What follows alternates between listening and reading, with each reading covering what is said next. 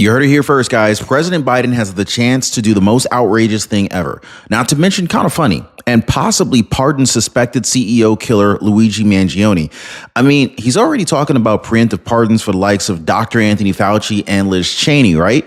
Why not Mangione too? I mean, I've been following the discussion online about this, and either people are saying that Mangione is a scapegoat or he's the people's hero. Either way, they just kind of find it so unfair that he's the one that's facing the court while greedy healthcare corporations get away with murder. So yeah, let's go ahead and explore this idea of President Biden pardoning Mangione and actually doing something the American people want for a change. First, whether it's even possible. Second, whether he should do it. I mean, for starters, they're already talking about giving away pardons for his closest friends. Former President Bill Clinton, he went on The View recently and he talked about the possibility of Biden pardoning his wife, Hillary. You see, Hillary is apparently on Trump's FBI Director Kash Patel's list of deep state enemies. So they're talking about Biden beating him to the punch and issuing a preemptive pardon for her, just like the one that they're considering for people like Dr. Anthony Fauci and Liz Cheney. Here, watch this clip. I guess if Kash Patel is determined to make one up, he could do it. But I think if President Biden wanted to talk to me about that, I would talk to him about it. But I don't think I should be giving public advice on the pardon power. I think it's a very personal thing. But it is, I hope he won't do that. Yeah. Trump,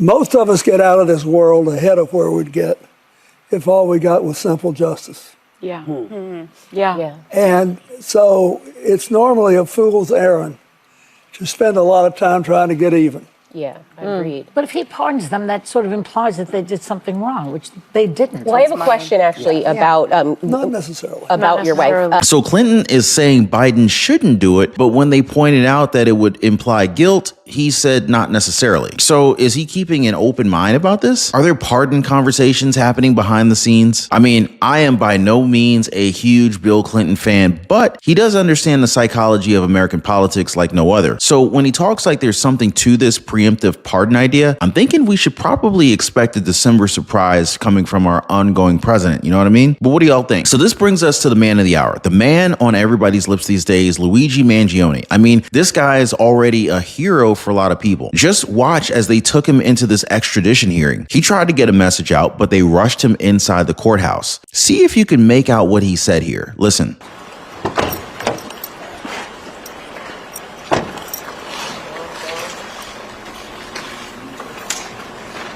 And it's completely out of touch. And it's an insult to the intelligence of the American people. It's a lived experience. All right, so we just heard him yell that about it, sort of something being unjust. This is an insult to the intelligence of the American people. Let's bring in trial attorney Mercedes Colwin with us. Look, this is someone between what you're hearing him say right there, manifesto, messages left on these bullets. Right. I mean, this is someone on a mission, it appears. He is the alleged killer in this case. We have to be very clear about that. He's facing an extradition hearing here, but I just wonder what you think of a moment like that as you see it, knowing the evidence that police say they have on this person. Brianna, it's very disturbing, and those types of outbursts will certainly be evaluated by his defense team because that's just not normal. I mean, we've already had reports that he has been very strange since over the summer, that he has become reclusive. This manifesto is these rantings and ravings of an individual that obviously has some aberrant thoughts in his mind, and that's why he put it down on paper. So all of that is certainly very disturbing. The defense is going to have to evaluate whether this is an individual that really will even understand the charges. I mean, they may, depending on how aberrant his thoughts are, he has to be able to understand the process and the proceedings, even at this stage. And if there's some indication that he isn't able to do so, there might have to be some psychological evaluation, and then that will be reported back to the judge, and the judge will make the ultimate ruling as to whether or not to proceed with the proceeding. But this type of outburst is definitely very disturbing. Did you guys hear it? He said it's completely out of touch and an insult to the intelligence of the American people and their lived experience. And for the media, this type of outburst is disturbing. Well, based on the conversation I've been seeing online, people are more concerned about how our healthcare system is killing us with delays, deny, defend. I'm just saying, guys, it's not right for someone to decide who lives and dies. Yet that is essentially what the healthcare insurance industry does every single day. And also, I just really want to hear everything he has to say here. I mean, just look at how the people have responded to this guy. He may have just started a revolution. Breaking news, the alleged CEO killer, Luigi Mangione, denied bail, as many people are sympathizing with him online tonight. The book Delay, Deny, Defend, which is about the health insurance industry's tactics, jumping to number 2 on Amazon's nonfiction bestsellers list. Number 2. Safe to say that book would never have been anywhere near number 2 if it were not for Luigi Mangione. Those 3 words, delay, deny, defend, were almost identical to the ones found on shell casings near the crime scene. And on Yelp, the McDonald's where he was apprehended has been hit with a flood of 1-star reviews, calling the employees, quote, snitches and rats. Jason Carroll is out front. This Ivy League hottie named Luigi is the Robin Hood that we never knew that we needed. I listened to Luigi's manifesto this morning 3 times and I cried. Honestly, it's beautiful and I agree with him. At least he left a very powerful message and he highlighted how terrible the healthcare system is in America. I think he'll go down as a hero in history. He had been a named suspect for less than 48 hours, and yet, within a fraction of that time, many in the world of social media had already made up their minds about Luigi Mangione. I'm just eating it up because this is like regular everyday person becoming our hero, our vigilante. These types of comments angering law enforcement and public officials. I don't care your views about healthcare companies, because I don't think they're great right now either. But you do not celebrate the assassination of another human being who is just doing his job. But interest in Mangione just continues to grow. On X, before his arrest announcement, he had just 64 followers, now more than 320,000 and counting. His initial 827 followers on Instagram grew exponentially Monday as we watched. By 3 o'clock, more than 32,000. An hour later, 53,000. By 5 o'clock Monday, more than 71,000 followers before that account was suspended. Many of the comments calling for his freedom and calling him a hero. Hey, all I'm saying is that the media needs to stop lecturing us on morality while they sit on their high horses enjoying their golden health insurance plans. Because seriously, a lot of Americans are suffering right now due to the lack of healthcare coverage. Do you guys agree? Now, back to our idea. Could President Biden give a full pardon to suspected CEO killer Luigi Mangione? Well, the conversation seems to be headed there already. I've already seen at least 2 petitions on change.org with almost 500 signatures. Reading the description in one of them, they called Luigi Mangione a pivotal figure in initiating important conversations around citizens' rights and duties, particularly regarding the Second Amendment. They said that Luigi has not only heightened awareness about these rights, but also instilled in us a sense of active participation. So now they're calling upon President Joe Biden and Kathy Hochul of New York to extend a pardon to Luigi Mangione for all state and federal charges. They pointed out how, according to Centers of Crime and Justice Studies 2021 data, America has granted a pardon to less than 0.2% of individuals who displayed tremendous goodwill. And for a lot of people, Luigi, with his contribution to our society, deserves to be among this minority. Now, what do you guys think? Now, just for full transparency, I in no way condone any sort of violence whatsoever. I am 100% against violence, and I surely hope that this is not the beginning of a pattern here. Just recently, they were calling on President Biden to commute the sentences of the 40 men on federal death row before he leaves office. And of course, let's not forget about Biden's broad pardon to his son, Hunter Biden, despite previously pledging not to do so. I mean, the guy basically spares his son a possible prison sentence after he was convicted and pleaded guilty in tax and gun cases. So people are now talking about how the president had pardoned only his son and not exercised the power of the presidency more broadly, including by commuting the death sentences of federal inmates who face being executed after President-elect Donald Trump returns to the White House. And it's not like they said that they haven't kept the door open. White House Press Secretary Karine Jean-Pierre told reporters last week that Biden was very thoroughly considering the clemency process and that more announcements about pardons and commutations would be made before he left the office. Hopefully he doesn't forget. Now, by the way, we're not talking about pardons for these death row inmates. Ruth Friedman, an attorney who represents some federal death row inmates and represented Danny Lee, the first man executed by the Trump administration, also stressed that the men would be held accountable even if their sentences were commuted. According to her, commutation would mean life imprisonment without parole for these men. They would continue to be held accountable, but a great many problems would be acknowledged and addressed, and another distressing bloodbath avoided. Catholic Pope Francis said he was praying for the sentences of death row inmates in the United States to be commuted or changed. There were also several letters urging the president to clear the federal death row before leaving office, signed by 130 civil and human rights organizations led by the American Civil Liberties Union. They said to Biden, "Your ability to change the course of the death penalty in the United States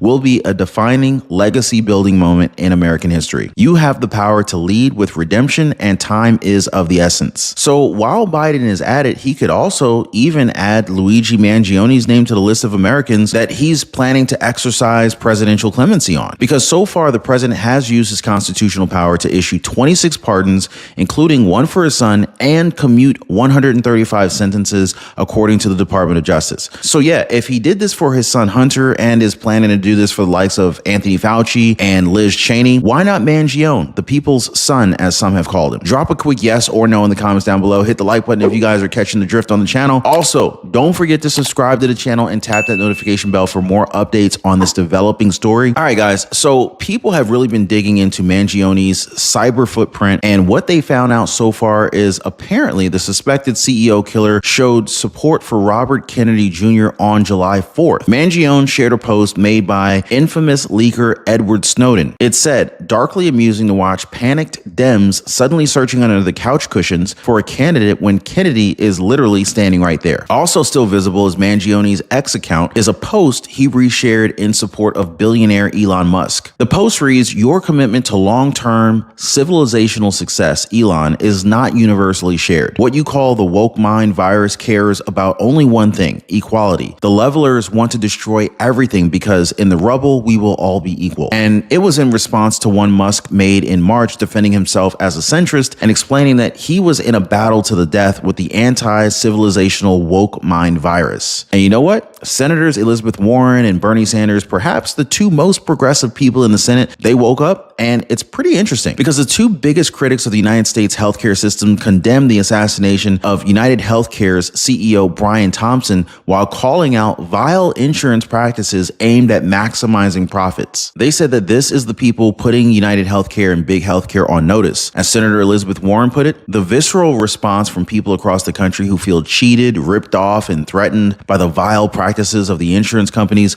should be a warning to everyone in the healthcare system. She said that violence is never the answer, but people can be pushed only so far. So for her and for Bernie, this is a warning that if you push people hard enough, they lose faith in the ability of their government to make change, lose faith in the ability of the people who are providing the healthcare to make change, and start to take matters into their own hands in ways that will ultimately be a threat to everyone, or at least a threat to the people in power. You know what I mean? Now, again, they are not at all endorsing violence, and neither are we. It's just that there is a lesson to be learned here, and we should really be paying attention to the conversation America's having right now as a society, a conversation that was started by Luigi Mangione taking on big healthcare, bringing it all the way up to the top with his allegations against the United Healthcare CEO Brian Thompson. Now, like Senator Bernie Sanders said, what the outpouring of anger in the healthcare industry tells us is that millions of people understand that healthcare, it's a human right, and that you cannot have people in the insurance industry rejecting needed healthcare for people while they make billions of dollars in profit. So what do you guys think? Does it make sense? And with this kind of conversation happening online, should President Biden pardon Luigi Mangione? Drop a quick yes or no in the comment section down below, guys. I want to hear from you guys on this one. And you got to admit, it would be the wildest thing that he did yet, right? I mean, first it was Diddy's name being dragged through the mud, and now Jay-Z is in the same storm of accusations.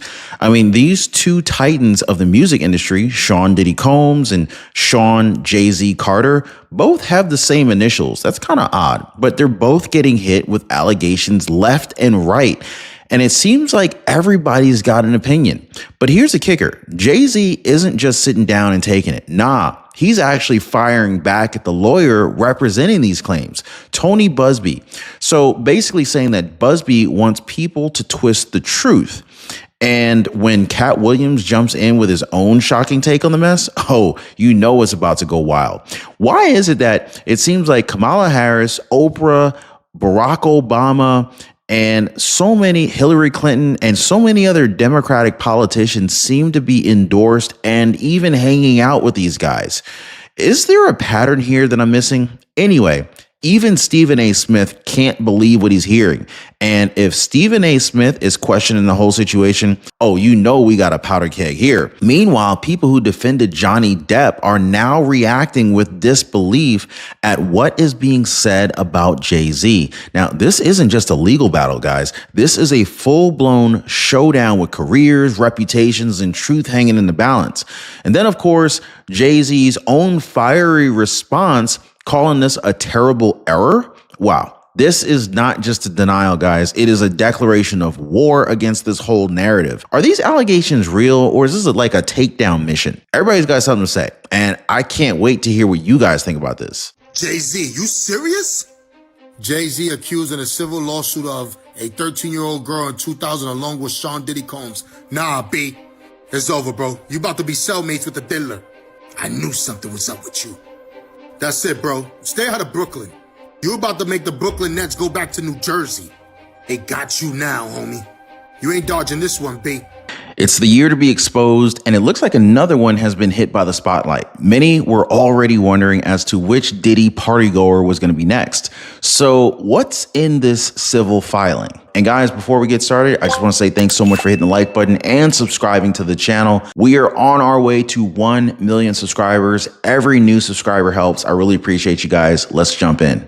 This is a new civil filing, and we see the anonymous accuser here alleging the assault occurred after she was driven to an MTV Music Video Awards after party.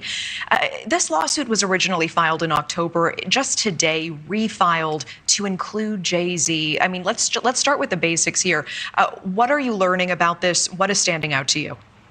Well, what is standing out to me is she was very specific about several things. She describes the house, she describes the driveway, she describes the exact assault, what happened. She talks about various stages of things that occurred. And I think that this is good because this way it can either be corroborated or not corroborated. So she's painted herself in a corner. Why add Jay-Z now? If this originally was filed back in October, why not do it then?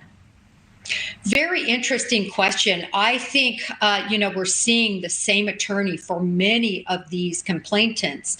And I think we're going to see more and more people added. I think there's a lot that they were looking to prove, and maybe they didn't quite have what they thought they needed to file against Jay-Z initially.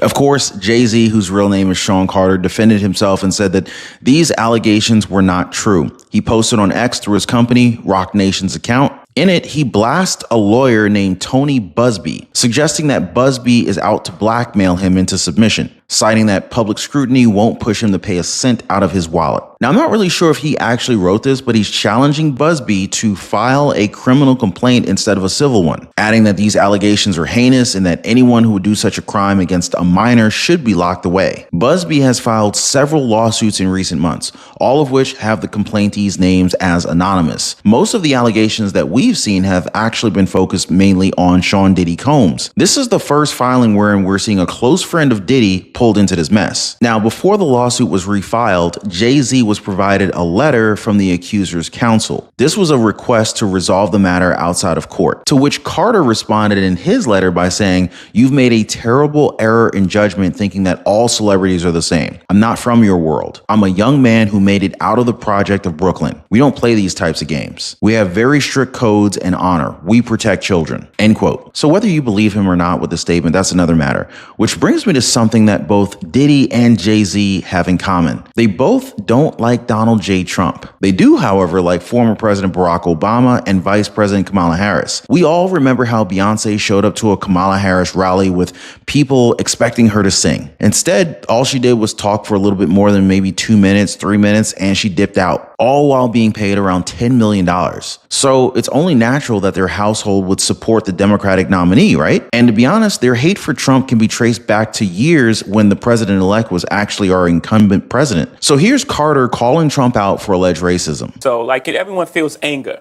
But after the anger is really hurtful because like you're looking down on a whole population of people and you're so misinformed because these places have beautiful people and have beautiful everything. Yeah. And it's just like this is the leader of the free world speaking like this. But on the other side, this has been going on. Yeah. This is how people talk. This is how they talk behind closed doors. There was a moment where Donald Sterling had been exposed as this racist on a private phone conversation that he was having. And they took his team from him. And it's like, okay, that's one way to do it. But another way would have been let him have his team and then let's talk about it together and let's maybe some penalties. But because once you do that, right, all the other closet racists just run back in the hole. You haven't fixed anything. What you've done was spray perfume on a trash can.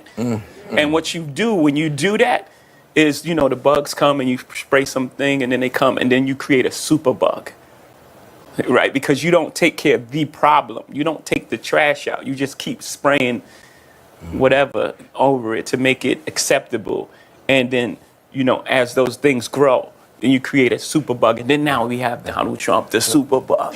Remember that both Beyonce and Jay-Z endorsed Hillary Clinton as president? And now the most absurd things are coming out against them. And I know that you guys saw Van Jones there interviewing Carter, right? Did you know what he said about Jay-Z as he compared him to Trump back then? So you have somebody close to him who's starting to get some of these issues. I hope that Donald Trump, if he wants to talk about this stuff, don't just talk the talk. Walk the walk. Let's be real about it. But in the meantime, Jay-Z is setting a much better example for America than Donald Trump. He's not setting a very good example right now. And you're probably wondering why I'm playing older clips, right? Well, the point is that these people were hailed by mainstream liberal media as role models. Not just Jay-Z. They did the very same thing with Diddy. Obama and Clinton just could not stop praising the now disgraced rapper back then. Yeah, there you go. Y'all. Thank you. And I just want to say how much I appreciate Puff Daddy for doing the kinds of work that he's doing, because he doesn't have to do this. But this is part of what is important about giving back. Yes, we applaud you, and I want to apologize for not sweating, but I do this so much. I'm so cool. I just want y'all to see everybody I'm interviewing is sweating. I'm not even touching my brow. I'm so cool, and I want to apologize. I ain't trying to make you look bad or nothing like that, but I'm just so cool. We T-shirt. I tell you, if he was wearing one of those fancy designer clothes he's designing, he'd be sweating just like me. And I believe your slogan, vote or die, is accurate. And they did the same thing with Sean Carter. Fast forward to just recently, and both men are now being alleged for the same crime. Not the best company to have. Now, we could say that these famous rappers supported these Democrats in hopes of being protected for crimes that they may have committed. It's all speculation at this point. The problem is that America didn't want to have Democrats leading the nation forever. But of course, they're innocent until proven guilty. These allegations are so severe that Diddy has been rejected bail for a third consecutive time, with the judge describing Diddy as a serious risk for witness tampering, meaning that he would be a threat to society if Diddy were to be let out of jail. Now, the question is, will Jay-Z soon join him? Only time will tell. But since we talked about the elites of the Democratic Party, let's talk a little bit about former President Barack Obama. He now claims that it's our fault as voters for not upholding democracy in this year's presidential election, saying that we're not prioritizing it by voting in Donald J. Trump instead of Kamala Harris. Can you believe this guy, Barack Obama? Seriously? Make sure you guys check out my previous live stream where Barack Obama is obviously pissed off about this loss. Well, guys, the great wealth transfer is in full effect. Our freedoms are being stolen, guys. Credit card companies are out to get us. And if you don't understand the game, well, you end up getting played by the game. Now, if you're anything like me, guys, you were probably out of shape, maybe in debt, living paycheck to paycheck, and just feeling like the system is just completely taking advantage of you. I remember for a long time, I could rarely ever get any time to spend with my wife. And through trial and error and through a lot of pain, I figured out how to gain freedom and also lose a lot of weight and actually get in shape. And guys, I'm gonna be honest with you, that was a game changer. To no longer be living paycheck to paycheck, figuring out how to get the credit cards to pay me, the power of a strong credit score. I pay thousands of dollars less per year for the same house as my neighbor just because my credit is better than his is. And this is not to brag. I mean, but this is the truth. The banks are literally taking advantage of the poor. It's like the people who can least afford it, they're charging the poor what is like unofficially called a poor tax or a tax on the poor. I mean, I'm now at a point where, you know, like, number one, I don't pay for credit cards. In fact, credit card companies pay me to use their cards. And I figured out how to build a lifestyle that is just ultimately very, very healthy. I lost a tremendous amount of weight and I put on a lot of muscle. But when I was struggling, I wish I knew people who knew these things. So anyway, I decided to create a community of like-minded people who are also interested, just like me, in living better. So if you guys want to join my community, it's called the Liberty Pursuit Network. It is brand new. Come on over. I'd love to have you guys and join